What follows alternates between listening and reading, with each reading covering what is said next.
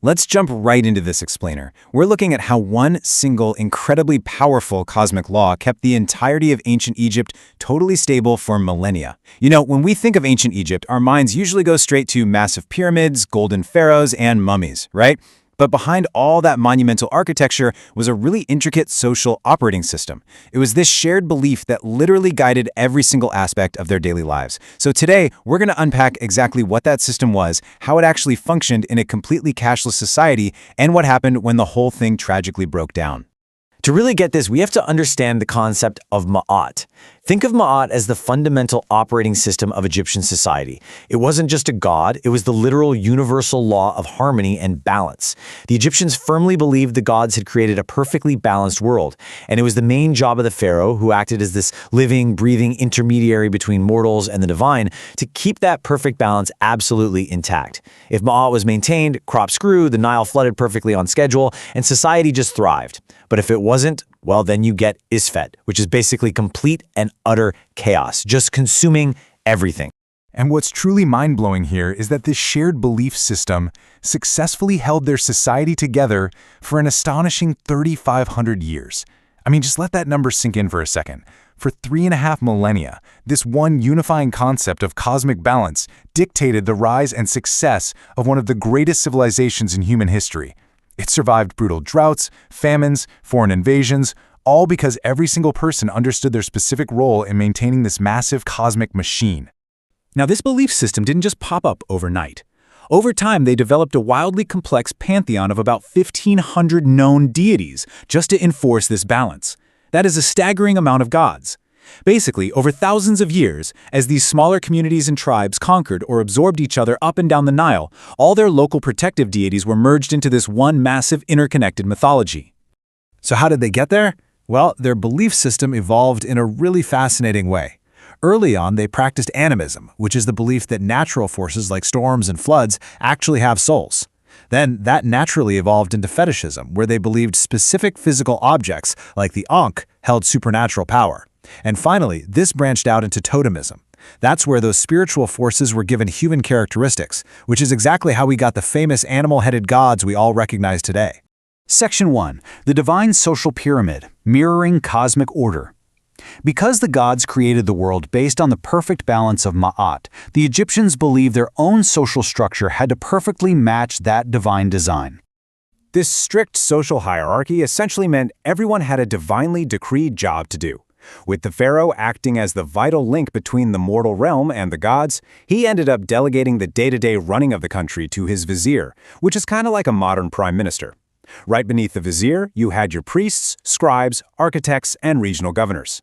And then, at the very bottom of the pyramid, were the peasant farmers and slaves. To put that into perspective, a massive 80% of the population were peasant farmers. Their manual labor literally supported the entire civilization. These were the everyday people out working the fields, providing all the grain and building those massive monuments. Without this 80% doing the heavy lifting, the entire social pyramid would just instantly collapse. And here's where we might experience a bit of culture shock today. You see, trying to climb the social ladder really wasn't a goal for them. Staying in your designated lane was exactly how you contributed to keeping the whole universe in balance. All labor was considered completely noble and respectable. A potter was seen as just as vital to the community's survival as a scribe or a doctor. So knowing your place wasn't really viewed as oppressive at all.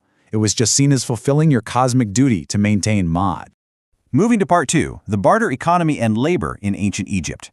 So you might be wondering, how did this massive, divinely mandated machine actually function on the ground without a single drop of cash? Because remember, ancient Egypt was a completely cashless society until the Persians arrived much, much later.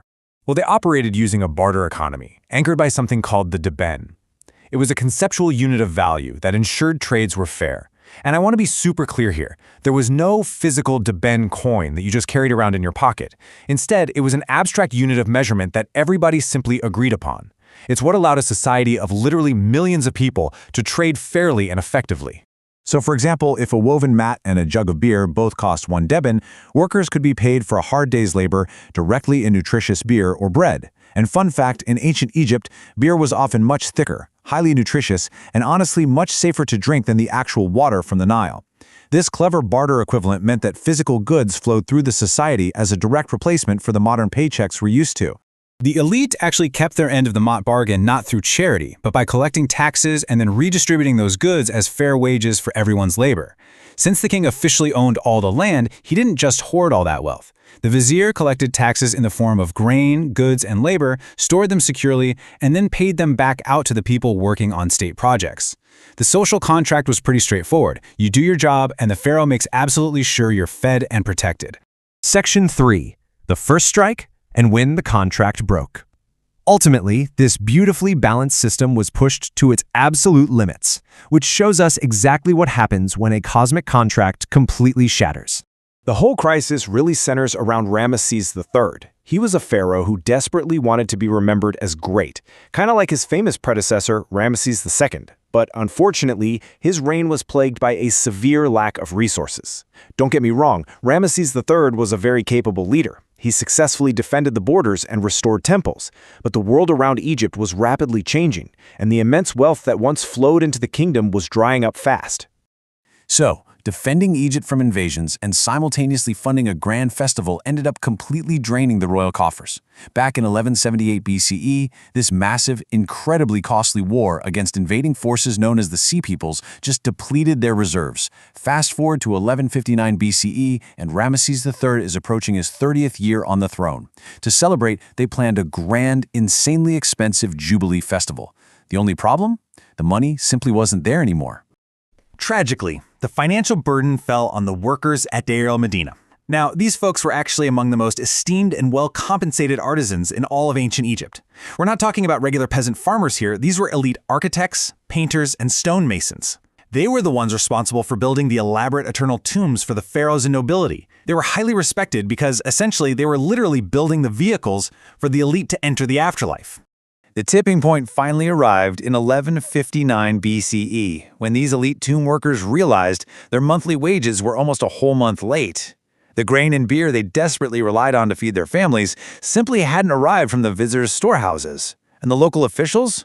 They were just completely ignoring the problem, pushing blindly forward with the pharaoh's Grand Jubilee Festival, while the workers quite literally starved. Which prompts a really fascinating historical question. What do the people actually do when the living God on earth fails to provide the basic harmony he promised? Think about it. It wasn't the workers' job to uphold the grand balance of the universe. That was the pharaoh's sole responsibility. If the pharaoh wasn't even feeding them, well, the fundamental cosmic law was being shattered. After 18 agonizing days of waiting, gritty reality finally clashed with divine theory.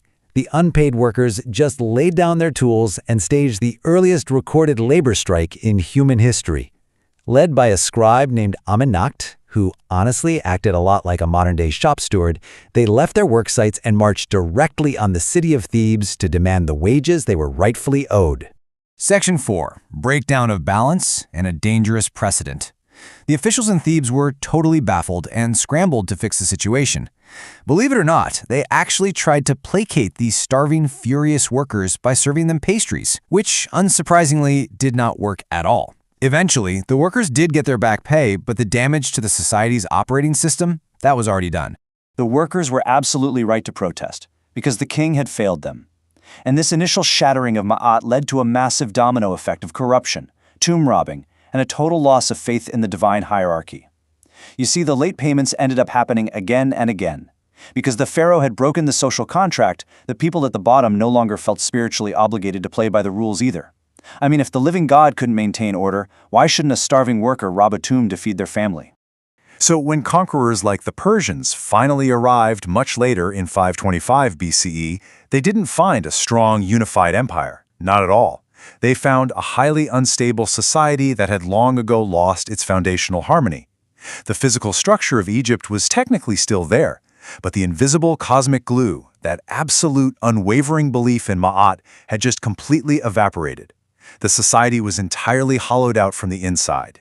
Which leaves us with a pretty provocative thought. If the mighty cosmic law of Ma'at could ultimately fail, what happens to our own modern societies when we stop believing in our shared social contracts? Ancient Egypt teaches us that no matter how monumental the architecture is, a civilization really only stands as long as the people believe in the balance that holds it together.